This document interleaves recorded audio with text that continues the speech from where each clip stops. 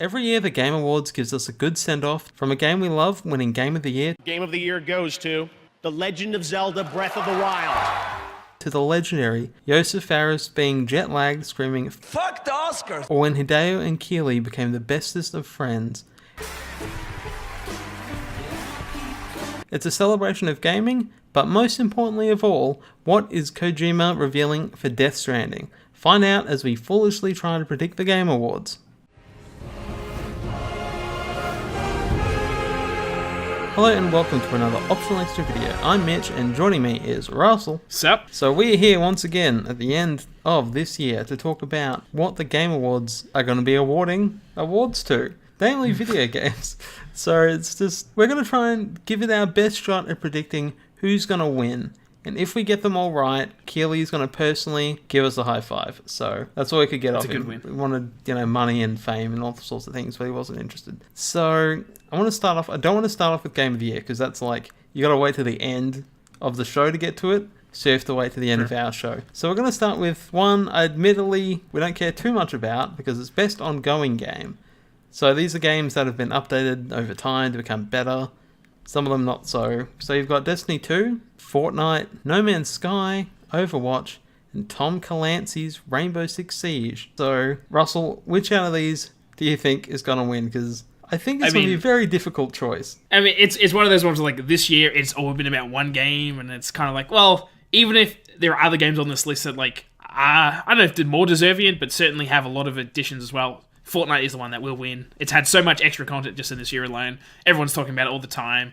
There's a lot of other things that Fortnite's heavily involved in this very show that too much, there's no question some could say. Fortnite will win this category, hands down. So now we're moving on to best game direction, which is where you get to notice the two heavyweights that are going for war. So you got A Way Out by Joseph Fares.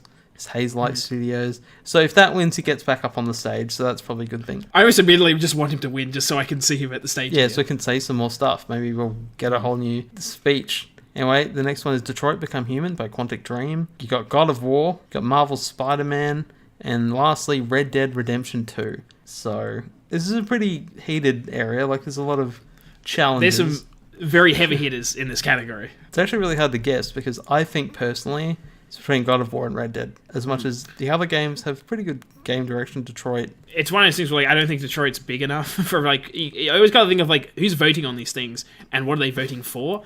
And under that context, as impressive as pretty much everyone on that list is for innovation, in a lot of ways, Way Out is probably the most innovative and actually doing something brand new. The rest are just, like, doing something really well that other games have done before. But I still think, on a technical level, Red Dead is the most impressive, just on when you have that much time, that many development studios, all the rest of it, it's like, on just a technical achievement, it's like, beyond other games can really even consider achieving. And I think Red Dead, especially if you've played it to completion, I think you see a lot of tropes that other games do, and Red Dead actually does try to break the mold and do something different with them, and really make it like that ridiculously immersive experience, and that's the goal they set out to be. Yeah, there's absolutely templates set from the games they've done in the past, but I do think there's quite a lot of it they try and break that mold, and it came out recently is what I was about to say. It's still in the minds of everyone. But yeah, I'd put my money on Red Dead winning. The best narrative is the next one. Mostly the same nominees, with Detroit, God of War, Marvel, Spider-Man, and Red Dead, but you've also got Life is Strange 2. This one is also pretty close. I can't speak to Life is Strange 2, and it's only episode 1, right? Only episode 1, so I think giving episode 1 the best narrative would be an interesting choice. I think it should be the full thing to really judge the storyline. Yeah, I mean, Life is Strange is really popular for its story alone, so... Yeah, it's one of those ones, once again, where it's like, I am torn, and between three, really, where it's like, Detroit was more emotional. The story, I mean, and just the crux of it as a whole is intriguing and had me questioning things more. Where Red Dead, I was impressed with the characterization and how long they took, and just like the overall perspective and just how complex they were as people. Then God of War was like just the performance that Christopher Judd gave for Kratos, and just how just how convincing Kratos was in particular from who he was as a character and how they turned him around so much and still believably be the character he was before. Yeah, we've done a video before where it's like, it's still Kratos. Like, it's still him to a T, but he's changed a bit over the years. Yeah, and it's that turn is incredibly impressive. But on a plot level, God of War is so simple, but it's just everything around it that happens is so impressive. Like, it does genuinely surprise you at times. Yeah, it's still one of those things. Like when I still think of those, I'm like, Dutch's character in Red Dead was probably I was most impressed by. With like I think Dutch is one of if not one of the best characters ever realized in a video game. I think Arthur is surprisingly good too by the end. I didn't like him initially, but by the time you get to end the game, I really do think he's super compelling as well. So though I still think Red Dead will probably take the cake for this one, and I think comparatively it's impressive as well, where it's like just the detail they put in. But I think Red Dead will probably take this one. Yeah, okay. Well, going from best narrative to best art direction, which is Assassin's Creed Odyssey, God of War, Octopath Traveler, Red Dead Redemption 2, and Return of the Obra Dinn. This is one where I don't think Red Dead should win. It's like art direction, I would be going between Octopath Traveler and God of War. Yeah, I would agree with that too. I think they're the strongest two in this category. Between those two, it's hard. I think it's one of those things where God of War stands out more as a voting category, which I think a lot of people are going to vote for that. We have to guess the audience. Octopath. Like, a lot of people go, it's just a pixel art style. Indie games do that all the time, but Octopath looks phenomenal. But God of War really, like, on an art direction point. Yeah, it's like, that's the thing. It's like Red Dead also looks phenomenal, like ridiculously good, but it's real world. Like, it's like, this is the real world. Like, God of War is the imagination. The imagination combined with the ridiculous graphics makes me go, yeah, God of War, I think, as an art direction, I think I was most impressed with what they achieved. Yeah, because it's just, like, I guess it's trying to translate that, mythology and to try and make it believable and stuff. So you got the bridge, the Rainbow Bridge into the other worlds. It's just like, everything in this game is very, like, it looks phenomenal. It's clever with how they've translated that mythos into, like, a thing that makes sense to us. It's literally like Lord of the Rings or whatever. It's like you're building like this mythos, this written on paper, and an artist has to visualize what that looks like and interpret it and represent it on the page. Where Red Dead's just, it's the world. Where it's like God of War, they had to make this mythology that's still connected to what the Greek mythology was in the previous games, and still you believe it's the same kind of universe, but also really sell the idea this is Norse. This is where the northern gods are, and I think they excelled in that. I'm pretty confident it will win this game. Like all the different environments you go to, just really selling that vision. Yeah. Go to the ice pit with a dead frost giant. It's just like, there's so many things in that game that just like, you walk to it, you see it, and you're just like, this is incredible. Even Assassin's Creed Odyssey really nails the whole Greek world, like, perfectly. That's true as well, yeah. I think we're going to go with God of War on that one. So now we're going into best score / music. So we've got Celeste, God of War, Marvel Spider-Man, Ni no Kuni 2, Octopath Traveler, and Red Dead Redemption 2. So a lot of these games that keep ending up in these. Yeah, it's very true. This is the first category I feel like there's at least two really big misses. I feel like Detroit should absolutely been on this list. I definitely think it should be nominated. And Messenger is another one where it's like the soundtrack's so good in Messenger, and the fact it wasn't nominated is sad. The whole time, like, if I hear a moment of that song of that game, I'm humming it all day. It has that super addictive tracks. Like, so many of them are really good to listen to. They just get stuck in your mind. Celeste has that though. It does. Celeste is the one that at least represents that type of music, where it's like really addictive loops. That just go, I really just like the music in the background. It's not the epicness of them. Like God of War is like the epic soundtrack, the emotional soundtrack. Like that, God of War is that category. Red Dead's very interesting how it uses this music, because the music's very much like a build-up, where it's like you start a fight and the music slowly builds as the fight gets more intense and that kind of aspect. But the music's still like, it's a Western like acoustic guitars and that kind of stuff. It sounds good. It's better in the moment than it is, I think, external to Red Dead. I think out of those, probably Celeste, I think, has the most impactful music. And also it had a lot of guest composers they had on for like the B-side of every level. They got all these composers to reimagine the original soundtrack. It's just a lot of work in that one that I think Celeste will take the cake for this one. So now we're moving on to best audio design, which is a different category really, but you'll notice that God of War, Spider-Man and Red Dead are all here, but we've got Call of Duty Black Ops 4 and Forza Horizon 4. This is a trickier one, I feel, because they all pretty much have really good audio design. everything plays well for all of them. They all have like this audio suite that matches what they are. Like, of course, you got the car and like you got a revving of the engines. You got Call of Duty with the guns. You got Red Dead with the guns and the horses and all these, all their sound design and everything moving. God of War, you've got taking on mystical beasts, throwing the axe. That axe, like just throwing it, coming back to you. That should be awarded for itself, just best axe.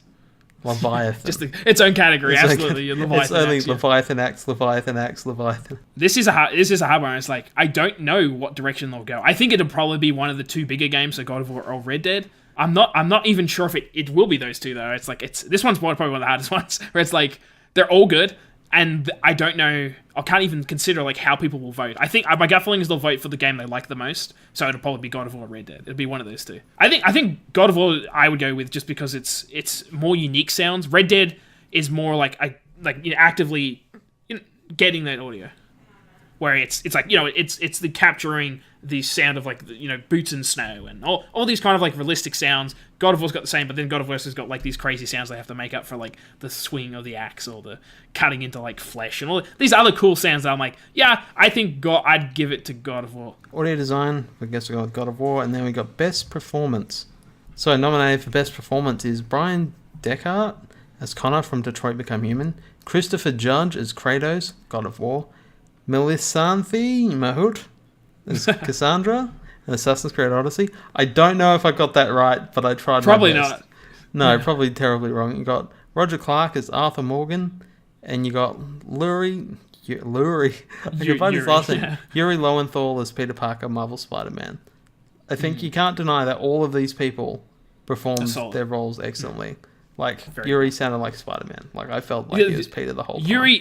That's what Yuri was like, impressed me on. Just like, I never once considered it as like Yuri. Like, to me, it was like Peter Parker from start to finish, and I never ever considered a voice actor on top. I mean, most of these are probably the same, but I think that just impressed me because of how many Peter Parker voices I've heard from animated series and movies, and this one stood to me like possibly the best. It's like, this is Peter Parker. Like, it's straight up. This is what I imagine the voice of this character to be. Yeah, the whole time, never questioned it. It was always like, even Mary Jane, I couldn't tell that it was Laura Bailey.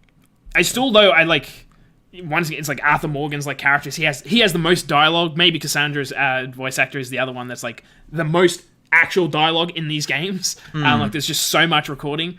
But Christopher Judd is the one I'd go with just because of how impressive a transformation of a character he made it. Where I think so many people hated Kratos before this game. I didn't. I always liked him. But I understood, he's the big aggressive, like, over-the-top god. Like, that's what he was, and I enjoyed that aspect of him. But this is, like, gave him so much depth and complexity without saying anything. Because so often he has nothing to say. It's his face, it's the way he reacts to stuff, his reactions to his son, other big moments that happen in the game, where it's like, I was super impressed just by how much was done on a mocap and actual like dialogue level. And, that's why I'd get Christopher Judge. He definitely gave a very convincing performance of like Kratos, and it's like, as we said, it's still Kratos. It's still the guy who destroyed the Greek pantheon with his bare hands. Not those bare hands, his blades of chaos.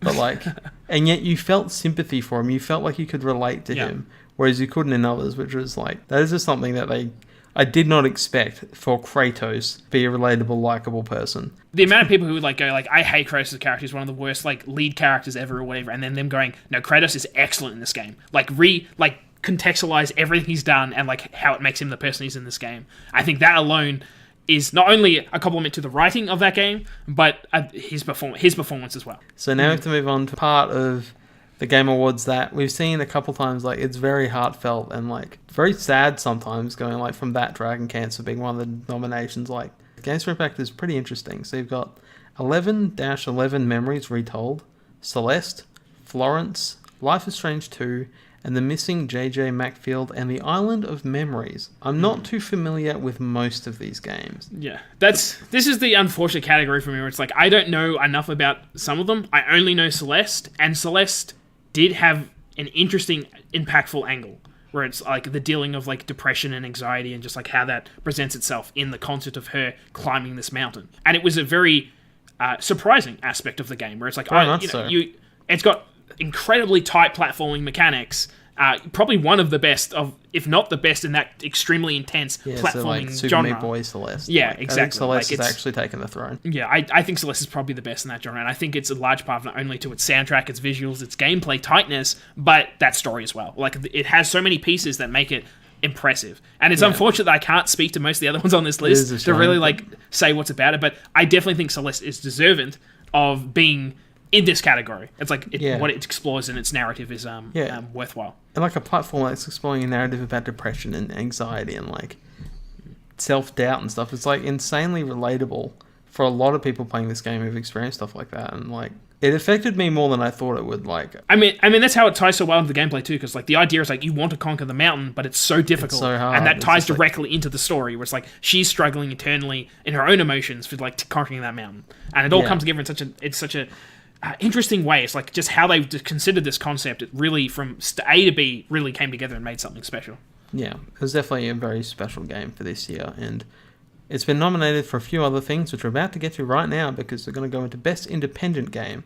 So these are the best indie games of the year. So Celeste, Dead Cells, bit controversial, that one.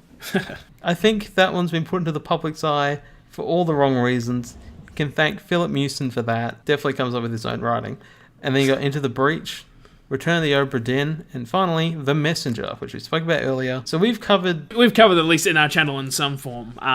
But it's a category where there are definitely quite a few strong entrants, but Celeste is like, I feel like such a strong external one that I don't see any way it won't win this category. Like, I think this, out of everyone, I think this is the most like 100% Celeste has won this category. Yeah, I think so. And that's not to say I don't love like most of the games on here. Like The Messenger, I think is a phenomenal game. I like it more than Celeste.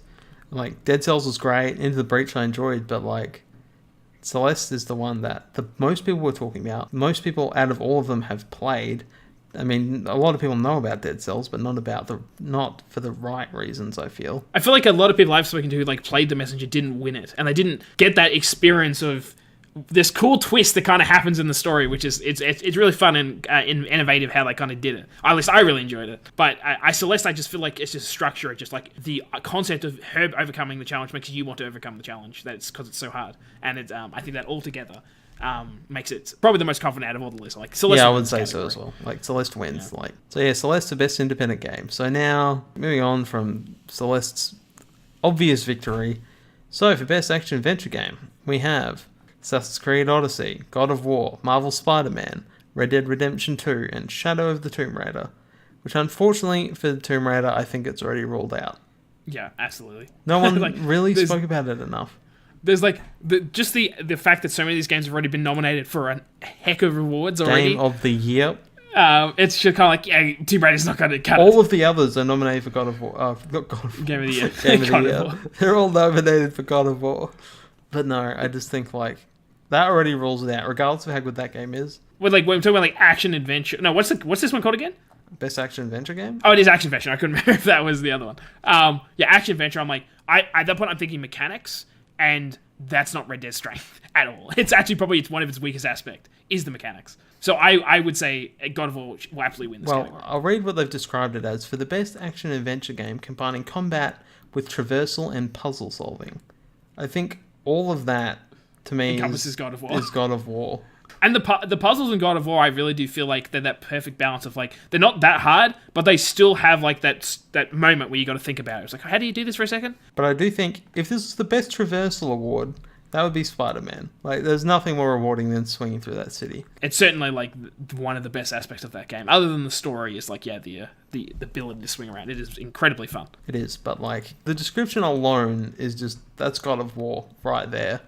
Right then and there, because it's combining a really good combat system, pretty much inspired by Dark Souls, with exploration and puzzle solving, which it does all of that really incredibly well. So I think that one's pretty much a God of War. Okay, so moving on from there, we've got the Best RPG, which is the nominees are Dragon Quest XI, Echoes of an Elusive Age, Monster Hunter World, Ni no Kuni 2, Revenant Kingdom, Octopath Traveler, and Pillars of Eternity 2, Deadfire. So this is a pretty varied list. There's definitely a few noteworthy ones in there, but like I think Octopath wins that. I think Octopath, its impact, I think was the strongest throughout this year. I don't think it's the best one in the category, but I think for what if someone's going to win it, I think Octopath will take the cake on this one. I think regardless of what you feel about Monster Hunter as an RPG, I think it has a very big chance. Yeah, that is true too, because it's like, I don't feel like it fits the category that well, but you're right, it is very popular. And it's also been nominated for Game of the Year, so it's like, it's one of those ones where it's like, yeah, it's also very conceivable that Monster Hunter will take this as well. That's true. It's got a chance, but... Which one? So Octopath or Monster Hunter? Let's go with Octopath. Watch Dragon Quest XI get robbed. That's the one that I like the most, but I don't believe for a second it'll win, unfortunately. So now we're gonna go on to Best Debut Indie Game, which is the first indie game made by these companies. So you got Donut County, done by Ben Esposito, probably wrong. Sorry, Ben. By Annapurna Interactive, Florence Mountains, Annapurna Interactive. They got 2 on here. Moss by Polyarch Games, The Messenger, done by Sabotage Studio, and Yoku's Island Express by Villa Gorilla. Villa Gorilla. A lot of good choices here. Like they're all good in their own way. It's a tough decision because it's like their debut experience. I think last year was like Cuphead, and like that I felt like it was an easy win. That was an easy pick. This year, I don't know. I feel like Messenger's not going to win anything else, so I kind of wanted to win this category just because it is a really impressive first outing. I mean, so pretty much all these are. Yoku Island Express was also really good. Like the effort those guys spent on that engine to build that pinball mechanic and it's just different. You know, just the concept of like a pinball Metroidvania. Like it's crazy. I don't know. Really, between those two, when I think about it, I think Yoku Island Express, I think, is the most unique one, where it's like doing something that's a familiar genre, well, really 2 familiar genres, but doing it, I feel like no one's done it before, a pinball Metroidvania. I think that's the first of its kind.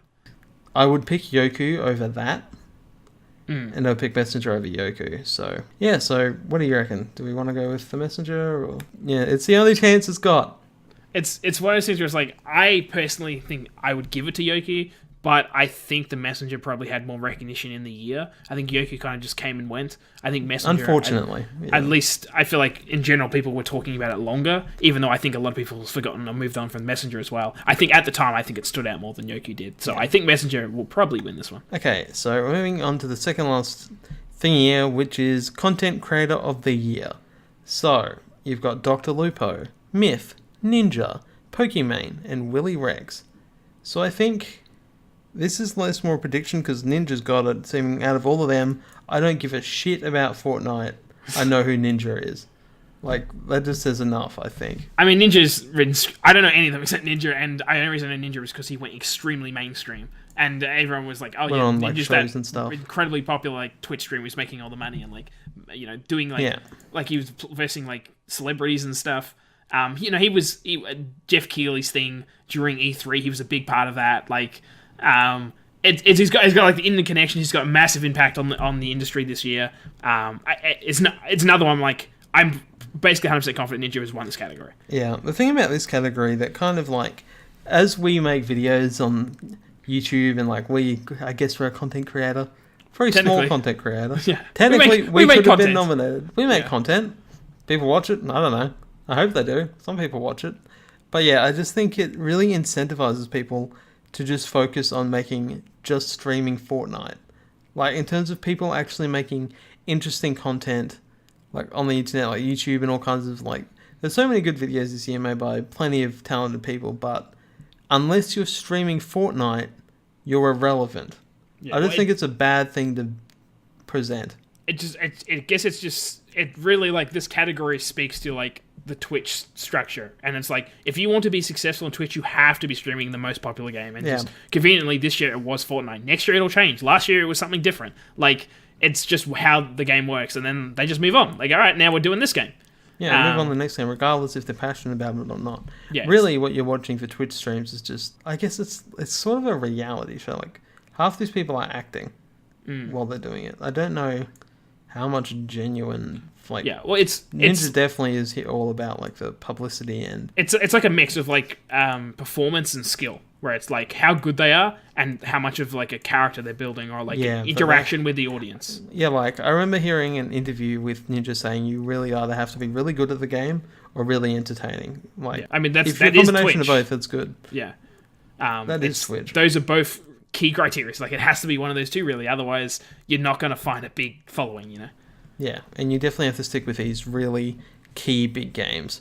Fortnite is the king right now. If you're not playing Fortnite on Twitch as a Twitch streamer, you're doing Twitch wrong, which is unfortunate, but that's just the reality. Yeah. Well, it's the shame of like having such a big audience and then not using that audience to like advertise something special or different. It's like, oh, this is successful. I'm making a lot of money off this. I have to highlight this game. This is my... I mean, it's also, I guess, about becoming really good at something. So it's like you have to keep playing it as well. If you keep playing it, you'll be really good at it. But it's also a shame like having such a massive audience and then not using it to, highlight, games that, you go on this rest, Messenger, like games that like people won't talk about and will just move on. Like they'll forget them and ignore them. Yeah. And in a couple of years, no one will remember them. Which is a shame. But as Content Creator of the Year, we've picked Ninja. Regardless if you like him or not. Doesn't really matter in the end. This is the predictions video, and as you can tell, we're not too happy about this whole Creator of the Year thing, being Fortnite streamers, but anyway, what can you do? Yeah, we're not going to be talking too much about the esport nominations, because clearly that will be just us going, that one, I guess. That one sounds cool. I choose C. So, I want to talk about what could possibly be revealed at the Game Awards. I think it's all but confirmed that Death Stranding will be here. It's the question of like not if Death Stranding's there or not. It's the question of release date. Is it going to be a release date, or is it just something more insane from that game? I think it'll be something insane and possibly a release date. I think he's going to mess with us so hard. I think this is his favorite thing to do. Is just like huge audience, they're all watching. He's going to be after something. I definitely just this internal gut feeling. Like I believe, like he's going to reveal the release date at his Geoff Keighley's thing. It's one of those things like it really has to be Geoff Keighley's thing. So if it's not this year, it'll be 1 year from now at Geoff Keighley's next Game Awards. But I'm pretty sure it will be this year, or at least we'll experience some insane machination from Kojima's mind with Death Stranding. Yeah, definitely. You'll see something. If it's not a release date, it'll be a really awesome trailer. So regardless, I think it'll be cool. Yeah, I mean, there's other things that you expect. Like, I 100% guarantee there'll be a Kingdom Hearts trailer. Like, at this point, Kingdom Hearts is like full promotion. It just went gold. It's finally going to come out. We have to sell this game. We've been working on it for too long for it to fail. So, and I'm pretty sure the math works out like there's going to be at least one more Disney World. So it's like I expect that's probably what it's going to be, like confirming what that is. And then Jump Festa comes later, and that'll be like probably the intro trailer or something. Like something like that. New games, it's like. You could say anything. Like, Splinter Cell's the main one that was leaked way back when. I think I said Borderlands 3. Yeah, we spoke about that when we were speculating for the E3. Out of those two, I would have more faith in actually Borderlands being announced at this event as opposed to Splinter Cell. I think Splinter Cell is Ubisoft's conference for next year. That'll be big E3 moment. The big one. Yeah, especially when Sony's pulling out. It's like suddenly there's less things to show, and it's like you can have this big reveal even more impactful. Yeah, and I think clearly Nintendo will bring something. Yeah, they have the past few years. That's true. Bayonetta 3, each past two. It's been an interesting year this year for Nintendo, just like how quiet it's been. Like they're building Until up now. Yeah, they're building up to Smash, which is going to be the big game of the year, and ironically at the very end of the year. But they definitely have quite a few games we know of on the horizon that they could start building up anticipation and hype for. It has to be big for the Switch, I think. Definitely. I mean, what if they announce GameCube backwards compatibility? Here's Mario Sunshine playable on the Switch. Don't tempt me, Frodo. Yeah, I just think it could be Metroid Prime 4. But it does make sense that they would want to do something with Metroid Prime, because it's the fourth entry. I always think of Bayonetta got 1 and 2. I think the original Game Awards, I think it might have been called something different back then, but Reggie had his... Game Awards and all something like that. And Reggie had his Metroid pin on, or Samus pin. And I remember just Geoff Keighley pushing him. It's like, anything on the pin? About anything? It's like, no, nothing. Nothing to say. Which, with Nintendo, I was like, that probably is true. It's like, they haven't got anything to say on it. It's like, no, I just wanted to wear the pin. Yeah, I like the pin. Don't you guys like the pin? I think it's really hard to guess what will probably be revealed. But as Keighley's been going on, it's the biggest one of these yet. Yeah, but that even I think it just means he's talking about Death Stranding. He's a showman. Keighley knows how to hype up a show. Yeah, he wants people to be tuned in and like get big things. Yeah. There will be absolutely new game reveals, new significant things. But it's so hard. It is really hard to predict. Like there's things that I feel like I happen to think going to happen, and there's other things like they're going to award some people. You could say anything. It's like maybe. Shenmue 3, why not? Let's just show more footage of that game. Shenmue 4, let's go nuts. I haven't finished that one, but we're going nuts. I think, like the Game Awards, we have left the Game of the Year to the end to try and keep you here, to increase our watch time, which YouTube likes. Not true, this is just seems the right point to put it. So the ones for Game of the Year are Assassin's Creed Odyssey, Celeste, God of War, Marvel Spider-Man, Monster Hunter World, and Red Dead Redemption 2. Now, not a slight against any of these other games. I think it's between God of War and Red Dead 2. It is that thing where it's like, I feel like there's probably only 3 that might stand out, but I know the other one won't win. And that's Celeste, right? Like, I feel like Celeste will stand out, but I just love feel like, that it got there.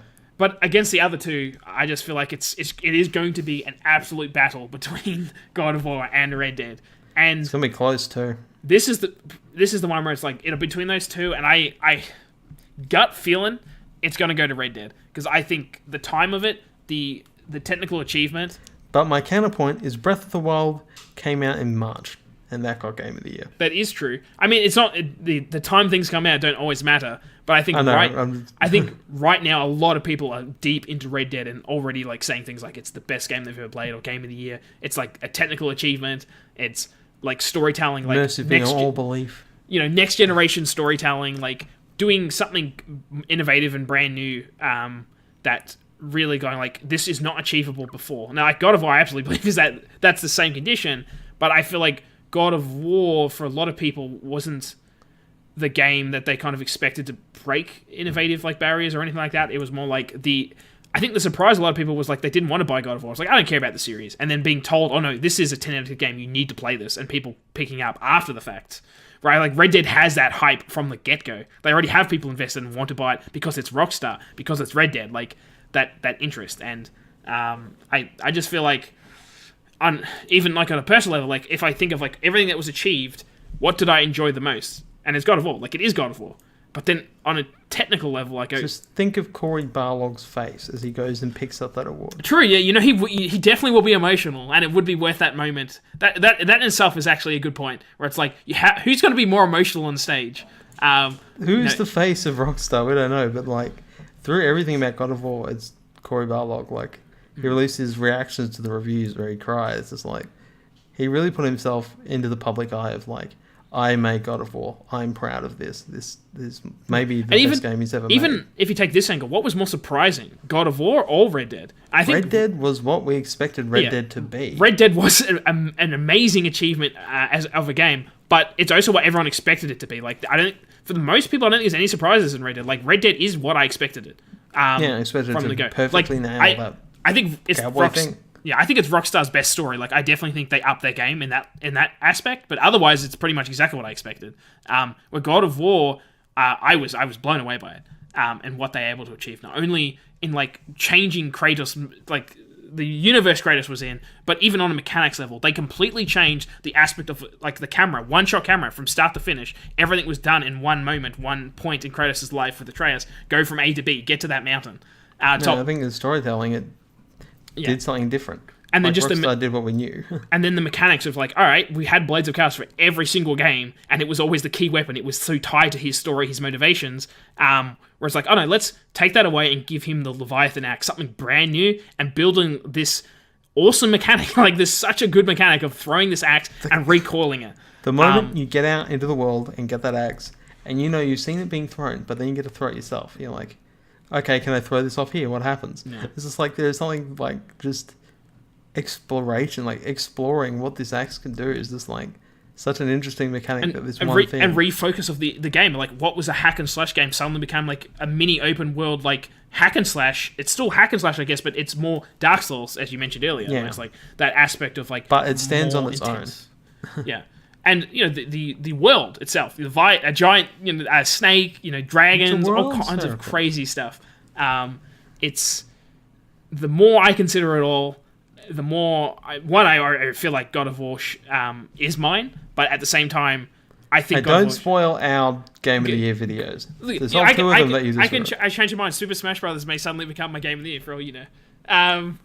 But, yeah, God, I feel like, is that... With that surprise aspect, that uniqueness, the differenceness, the unexpected, doing something new with that series, which had been, like 5-6 games before, and just completely changing that franchise, and I think completely not reinventing, but certainly rejuvenating people's interest in that series to the point of like, I can't wait to see what they do in the later games. I think it's so open. It's ridiculous. And it's, I think for that, God of War should take the win. Yeah, I think God of War, like, The moment I started that game, I was just like, I wasn't huge on God of War in the past, but when playing that game, it was just like, that whole time, I was going, this game is special. I'm enjoying every single thing I've done in this game. The journey is interesting the whole way through. There's nothing about, there's so many good, like, surprises in there too that you didn't expect, just to make it even more interesting. I think there's no game that has changed my mind on a franchise more than God of War has. So I think, for me, it's always been God of War. I think just how it looks, how it puts that mythology together and just creates such a phenomenal game that I'll be talking about for a very long time. I think Red Dead's great and all, but I think God of War is just, it's captured my heart.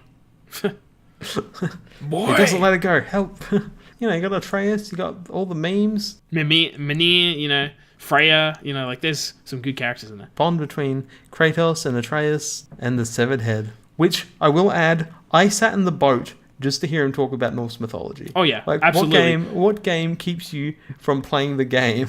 Once again, an excellent story device where it's like Kratos. We can't have Kratos just talk all the time because that's not his character. So let's give you another character who's going to talk a lot. Yeah, who knows everything about it. And I just think, it's I don't know, just like God of War does so many things well, and I think it deserves Game of the Year. I think Cory Balrog's like worked that team to the brink to make this game as good as it is, and I think all the awards and everything to it are well deserved.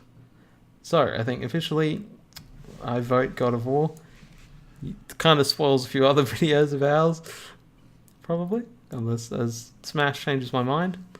So yeah, that is basically our predictions done. So, alright, so on screen right now you'll see everything we picked, because we forgot as we picked it. So there are the nominees for all the awards. Let's see how right we are when the Game Awards happens on December 7th for us.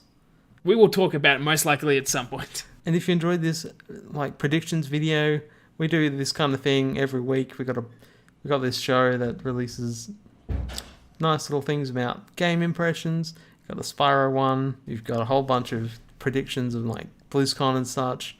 We like predicting stuff. It's fun. So yeah, you can like and subscribe here on YouTube, and hopefully we'll see you again. Goodbye. Hydrobot at it again. Enjoy the rest of the Game Awards, everyone. We gotta go. Hydrobot is gonna school me on how to protect my skin from irritation.